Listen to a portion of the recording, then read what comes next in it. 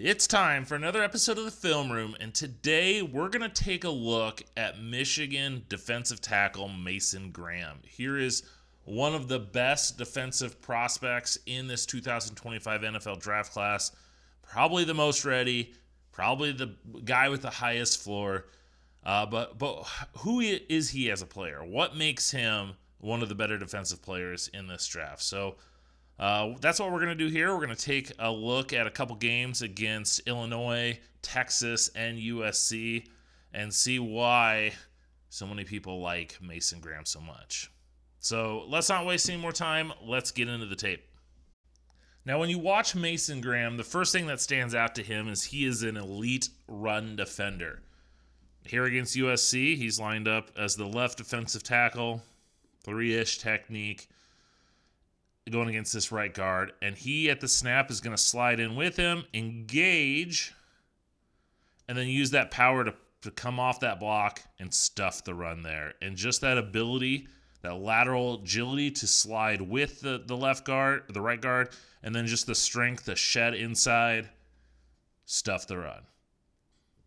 We see another example of that here against Illinois. Mason Graham over here on the right defensive tackle, 4-eye-ish, and he's going to engage with this left tackle and use his strength, once again, to push him off and make this tackle.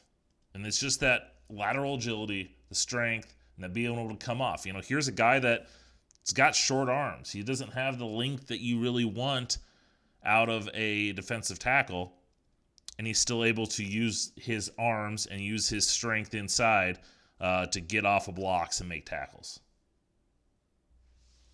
All right, another example of Mason Graham's strength and power against the run is once again against Illinois. Here he is, same kind of position, 4-eye technique, and he's going to engage with this left guard, and he just engages with him. Ball looks like it's kind of coming to his gap, and he's able to just pull him and drag him away.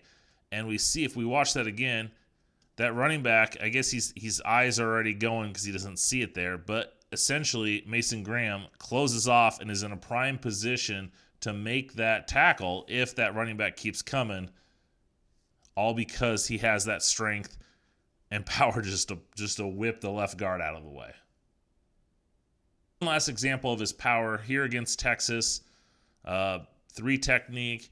Texas is going to run a little bit of a fly sweep here, and he just takes this left guard and just drives him back, forces that wide receiver to have to cut inside right to where another defender is. And it's just that ability to get underneath, stand him up, drive him back, and help blow up the run.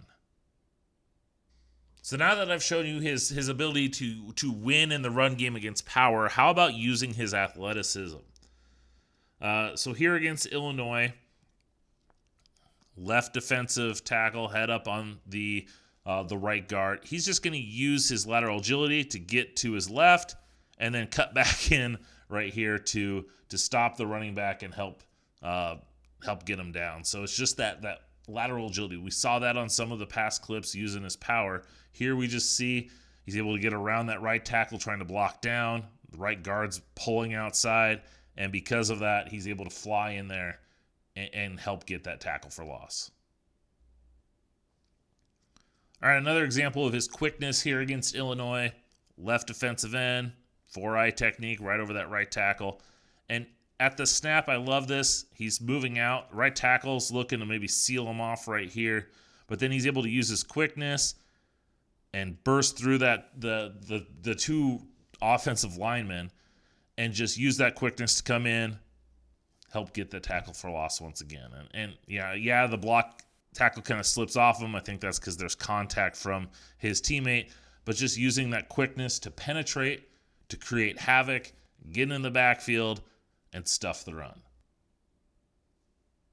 USC is going to run. This running back's going to go outside. So Graham is right here, right defensive tackle, 3 technique.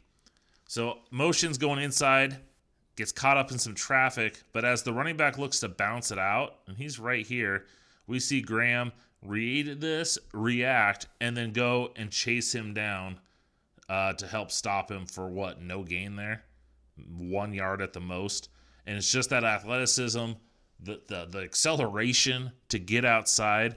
I mean, when he starts breaking this out, they're even. And this is a running back, and he's able to chase outside to bring him down.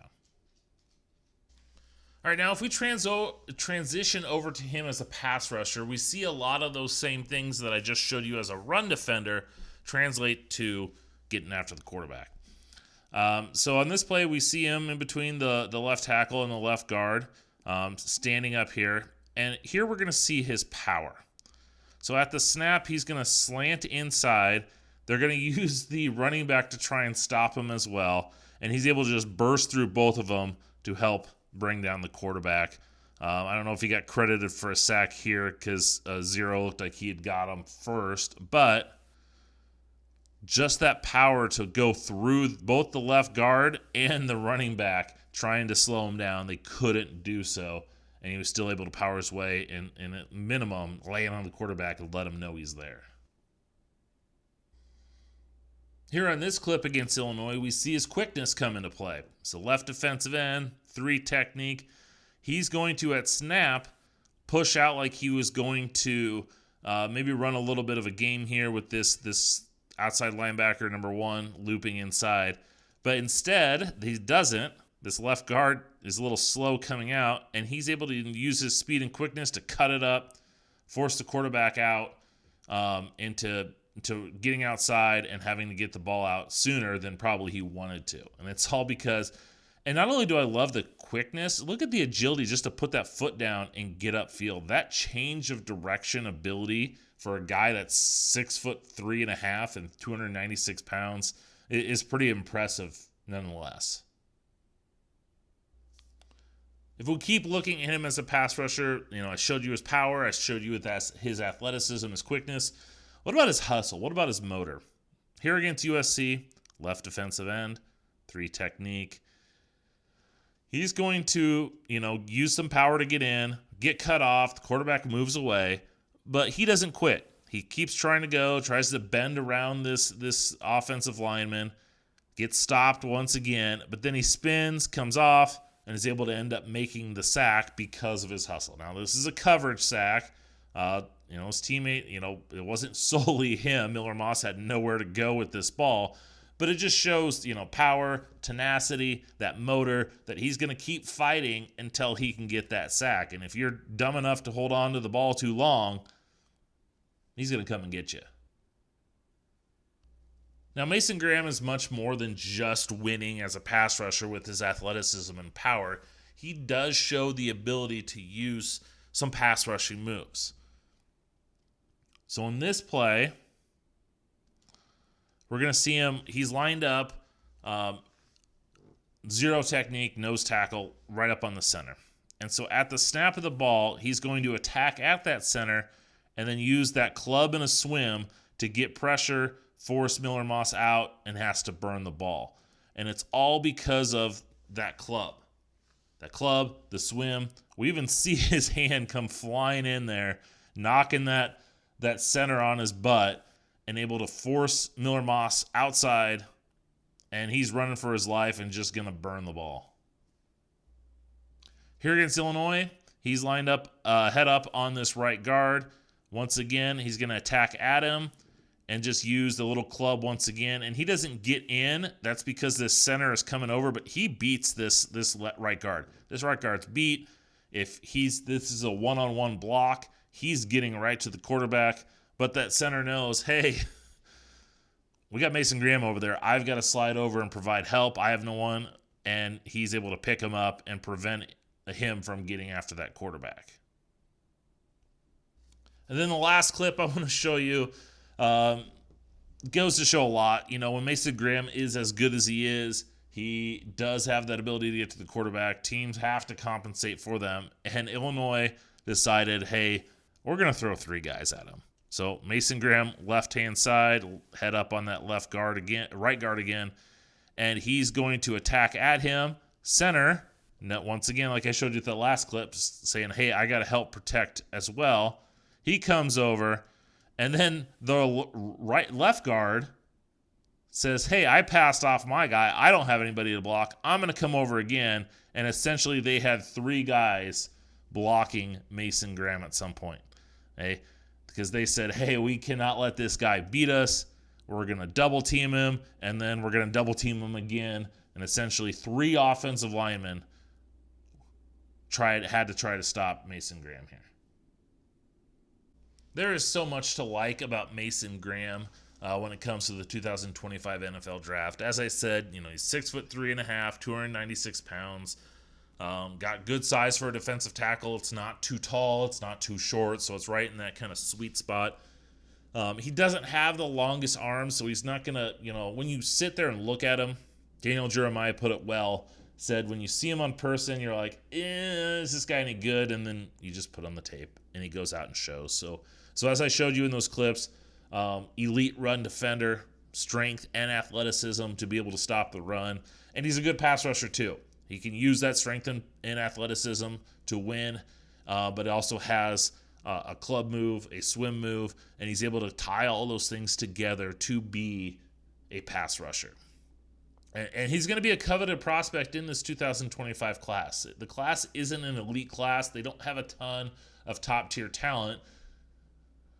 But Mason Graham is one of those, I'd say maybe 7 to 8 guys that you consider one of the elite prospects. And so because of that, he's going to be a top 10 pick. You never know with quarterbacks, might slide him down a little bit. But I think he could go as high as number 4 to the New England Patriots. If they're looking for their version of Jeffrey Simmons. I think Jacksonville is another strong possibility. They could use some interior defensive line. They want guys that are ready to go.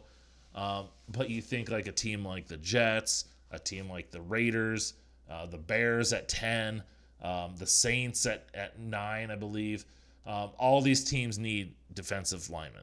And Mason Graham is the clear top defensive tackle, in my opinion, and I think in a lot of people's opinions too. So he's not going to have to wait long on draft night to hear his name called. All right, that's going to go ahead and wrap it up for this episode of the Film Room. If you like what you saw, then make sure that you subscribe to the channel. Hit the bell to get the notifications when a new video comes out. While you're out there, follow me on social media, draft_Brian. Wherever you do social media, you can find me at draft_Brian. So thanks for watching. Hope you enjoyed. Till next time.